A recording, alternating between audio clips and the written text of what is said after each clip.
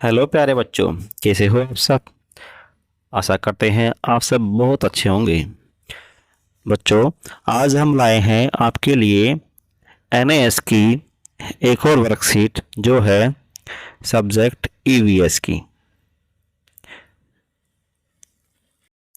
EVS में क्या क्या हमें आना चाहिए, किन किन चीज़ों की हमें जानकारी होनी चाहिए जो हमारे एनएएस वाले पेपर में आ सकता है।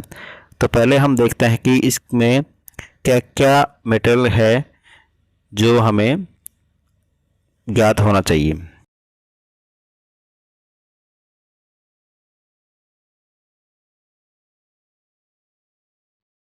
सबसे पहले है इसमें कि हमें अपने परिवेश में जीव जंतुओं के बारे में ज्ञात होना चाहिए। वे कहाँ रहते हैं, क्या खाते हैं, क्या पीते हैं, उनकी आवाज़ कैसी है, इन सब चीज़ों की हमें जानकारी होनी चाहिए। इसके बाद इसमें दूसरा है हमारे परिवार के सदस्य। हमारे परिवार के बारे में हमें पता होना चाहिए, उनके आपस में संबंध किस प्रकार होता है, परिवार कौन कौन से होते हैं, कितने प्रकार के होते हैं परिवार, इन सब की हमें जानकारी होनी चाहिए। अगला है अपने घर, विद्यालय, आसपास की वस्तु और संकेत। संकेत में बर्तन, चूल्हे या यातायात के साधन जो रोड पे साइन बोर्ड होते हैं, उनके संकेत, विभिन्न जगह, इन सब के बारे में हमें जानकारी होनी चाहिए। अगला है, अब देखो यातायात पे जो रोड पे साइन होते हैं उसमें इस तरह से हो सकते हैं कि इसमें लिखा है 3 जगह का नाम, दिल्ली, नोएडा और फरीदाबाद। वहाँ पे एरो का निशान बना है कि इस दिशा में जाएंगे तो हम यहाँ पर पहुँच जाएंगे। उसके नीचे इसमें नाम और उसके सामने कुछ नंबर्स लिखे गए हैं। तो चंडीगढ़ सीधे जाएंगे, चंडीगढ़ 25 किलोमीटर, मतलब सीधे चलते रहेंगे रास्ते पे तो चंडीगढ़ 25 किलोमीटर आगे है। राइट में अगर घूम जाते हैं तो शिमला पहुंच जाएंगे, शिमला का किलोमीटर यहाँ पे लिखा हुआ है। उसी प्रकार लेफ्ट में अगर घूम जाते हैं तो हम पहुंच जाएंगे जालंधर, और उसका किलोमीटर यहाँ पे लिखा गया है। तो ये रोड पे साइन होते हैं। उसी प्रकार एक इस तरह का साइन भी मिलेगा कि इस घूमने पे हमें 10 किलोमीटर आगे नागपुर पहुंच जाएंगे। उसके अलावा रोड पे और भी बहुत सारे साइन मिलेंगे। उस पर कुछ साइन यहाँ पे दिए गए हैं, जैसे साइकिल के खड़ी करने की जगह पे साइकिल का चित्र बना होगा, हॉस्पिटल पे प्लस का निशान बना है, साइकिलों का आना मना है। तो इस तरह से साइन, गोल सर्कल के अंदर एक साइकिल का चित्र बना है। मानव रहित संपर्क, इस तरह का वहाँ पे चित्र बना हुआ है। और पद यात्रियों का आना मना है। उपचार केंद्र, ये स्कूल वाला चित्र है। उसके बाद पैदल क्रॉसिंग का चित्र है। इस तरह से बहुत सारे रोड पे साइन आपको जगह जगह मिल जाएंगे। इन सब की हमें जानकारी होनी चाहिए। उसके बाद कुछ डिजिटल आइटम्स, जैसे आजकल सोशल मीडिया पे बहुत सारे सोशल मीडिया की ऐप भी हैं। तो digital fax, mobile, tablet, telephone, radio, ये कुछ डिजिटल उपकरण हैं जिनसे हमें जानकारी मिलती रहती है। हम संदेश भेज सकते हैं, इनकी हमें जानकारी होनी चाहिए। उसके बाद ये सारे सोशल मीडिया है, इन सोशल मीडिया के क्या नुकसान है, क्या इनके फ़ायदे हैं, इनकी जानकारी हमें होनी चाहिए। उसके बाद आगे है हमारे सहायक, माना आवर हेल्पर्स। इसमें कुमार का क्या काम है, हलवाई का क्या काम है, डॉक्टर क्या करता है, वैज्ञानिक क्या करता है, इन सब की हमें जानकारी होनी चाहिए। ये हमारे सहायक हैं, हमारी किसी न किसी रूप से हमारी सहायता करते हैं।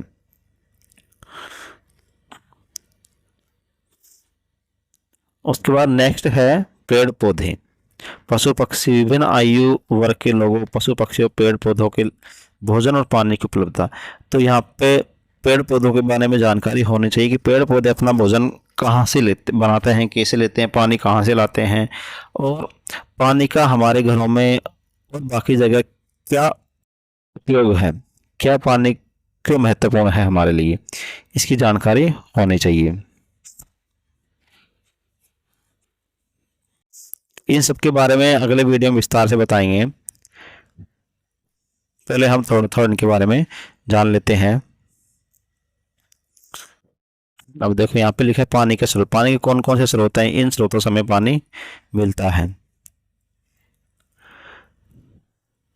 इस तरह से अगर नल से पानी टपक रहा है तो ये पानी की बर्बादी है, पानी वेस्टेज होता है।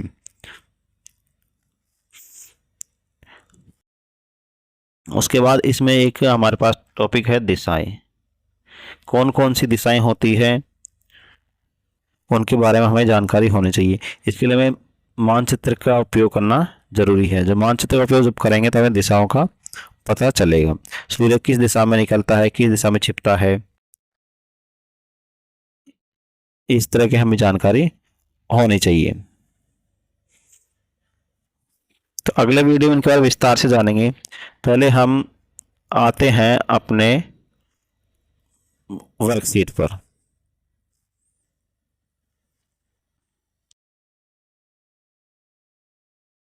पहले हम वर्कशीट करते हैं, अगले वीडियो में इनकी एक एक टॉपिक के बारे में हम विस्तार से जानेंगे।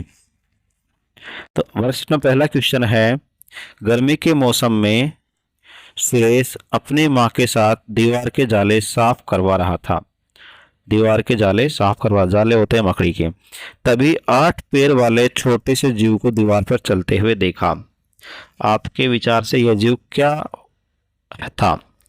अब दीवार के ऊपर कौन कौन से जीव चलते हैं उनके बारे में हमें जानकारी होनी चाहिए। कछुआ दीवार पर नहीं चलता और इसके पैर भी होते हैं लेकिन ज़मीन पर टहलता रहता है, ये जाले भी नहीं बनाता। घोंगा नहीं है।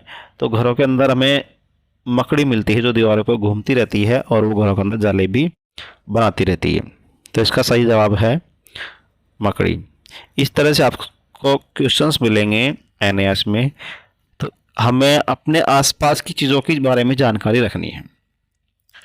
अगला क्वेश्चन है, रीना दिल्ली में रहती है। उसके परिवार में उसका पति सौरभ, इसकी एक बेटी सीमा और एक बेटा राहुल है।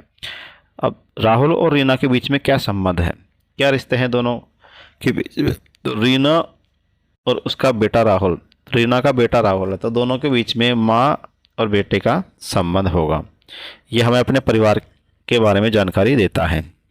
आयुष की बहन क्यारा का जन्मदिन है। आयुष स्वयं केक बनाकर खिलाना चाहता है। केक बनाने के लिए आयुष किस प्रक्रिया का इस्तेमाल करेगा? तो अब केक हम कैसे बना सकते हैं? तो आयुष अपनी बहन के लिए केक कैसे बनाएगा, उसमें क्या क्या करेगा? तो केक को उबालना नहीं है, भूनना भी नहीं है और तलना भी नहीं है। तो उसको बेक करना है, यानी कि उसको ओवन में पकाना है, ओवन में उसको गर्म करके रखना है। तो इसका आंसर होगा बेक करना।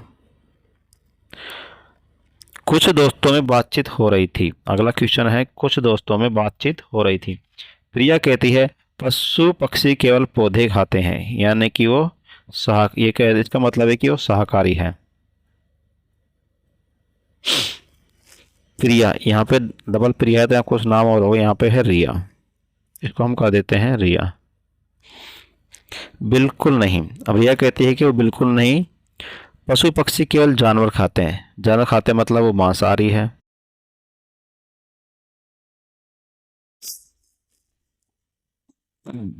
उसके बाद मोनू कहता है कुछ पक्षी और पशु जो है वो पौधे, कुछ पशु पक्षी जानवर और कुछ पशु पक्षी जानवर और पौधे दोनों को खाते हैं।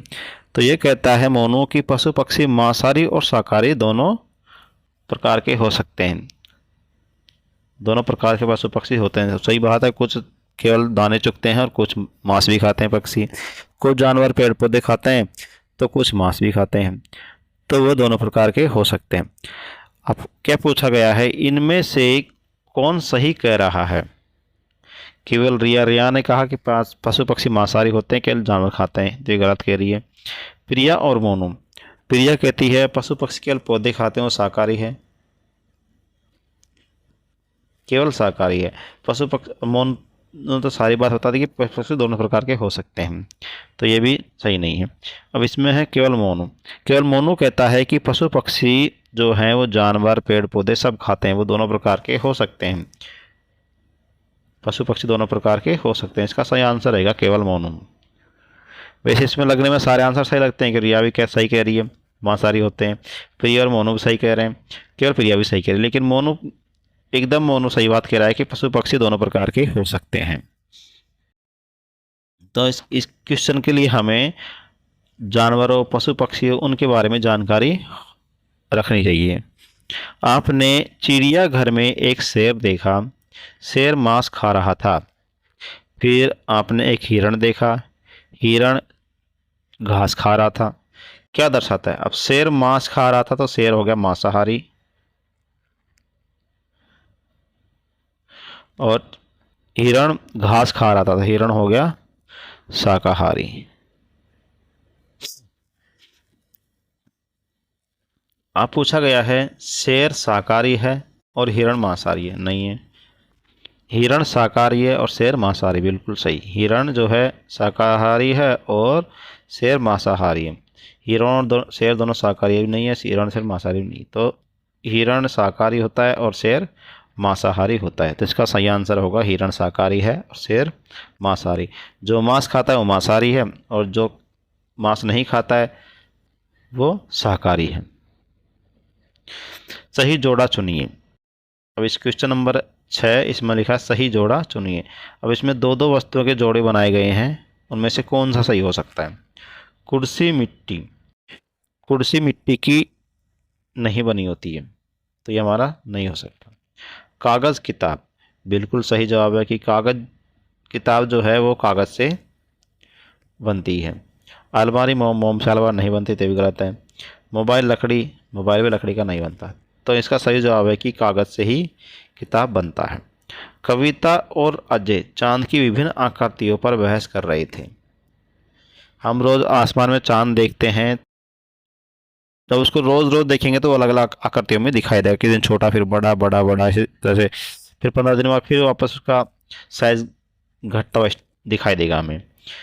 तो कविता और अजय चांद की विभिन्न आकृतियों पर बहस कर रहे थे, तभी उन्होंने आसमान में जगमगाता गोल चांद देखा। आसमान में जगमगाता बिल्कुल पूरा गोल चांद देखा। कविता और अजय इनमें से कौन सी चांद की कला देखते हैं? अभी कह रहा है कि बिल्कुल पूरा गोल, तो पूरा गोल 1 नंबर वाले में चित्र दिया गया, इसमें थोड़ा सा, इसमें तो उससे बड़ा, इसमें कुछ नहीं है। तो इसका सही जवाब है 1, गोल चांद देखा। अगला क्वेश्चन जो है रोड साइंस से रिलेटेड है। यदि आप नीचे दिए गए साइन बोर्ड की ओर मुंह करके खड़े हैं कि हमारा मुंह इधर होगा, तो हमारा इधर राइट हो जाएगा और इधर लेफ्ट हो जाएगा, कि हमारा मुंह यहाँ पे है। तो चंडीगढ़ कितनी दूरी पर? अब जहाँ पे हम खड़े हैं वहाँ से चंडीगढ़ कितनी दूरी पर है? तो चंडीगढ़ यहाँ पे है।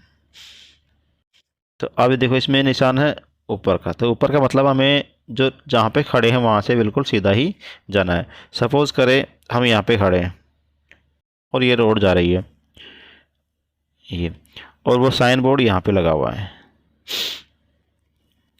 अब इसमें लिखा है जालंधर 85 किलोमीटर के, इधर घूम जाएंगे हम तो जालंधर पहुँच जाएंगे 85 किलोमीटर। उसके बाद लिखा है शिमला, इधर का एरो है, इधर पहुँच जाएंगे तो हम कहाँ पहुँच जाएंगे? शिमला 105 किलोमीटर। और ये है आगे का फ्रंट, मतलब सीधे चलते रहना है हमें 25 किलोमीटर तक।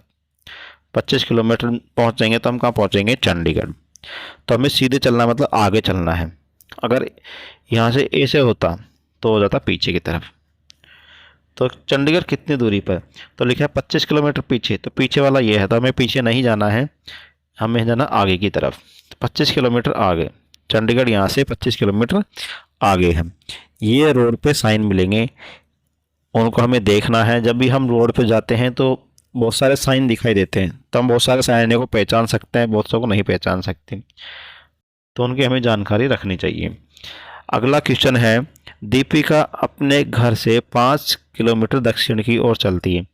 ये है दीपिका, उसका घर है। अब उसका मुंह है इधर। अब इसके लिए हमें दिशाओं के ज्ञान होना चाहिए कि कौन सी दिशा किस साइड में पड़ती है।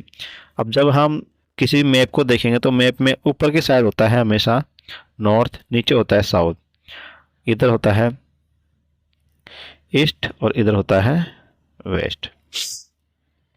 अब इसमें लिखा है दक्षिण की ओर मुँह करके, तो ये दक्षिण की ओर मुँह कर लिया उसने, यानी कि उसका राइट इधर हो गया और लेफ्ट इधर हो गया।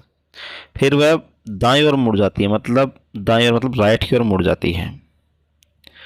अब वह किस दिशा की ओर बढ़ रही है, तो यहाँ से इधर कौन सी दिशा हो गई, वेस्ट, यानी कि पश्चिम दिशा।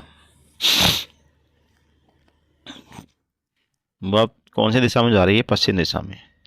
हो सकता है इस तरह का चित्र आपको इसमें दे दिया जाए, और इसमें पूरा चित्र दिया गया सेम जैसे हमने बनाया था। यहाँ पे घर है, पहले साउथ में गई और फिर राइट में टर्न करके गई, तो कौन सी दिशा में चली गई, पश्चिम दिशा में। तो ये थी हमारी ईवीएस की एक छोटी सी वर्कशीट। अब इस ईवीएस में जो जो भी हमारे पास टॉपिक्स है, इनके बारे में अगले वीडियो हम थोड़ा थोड़ा विस्तार से जानने की कोशिश करेंगे। अगर आप हमारे चैनल पर अब तक नए हैं तो चैनल को ज़रूर सब्सक्राइब करें और वीडियो को लाइक करें, और अपने दोस्तों को वीडियो के बारे में बताइए।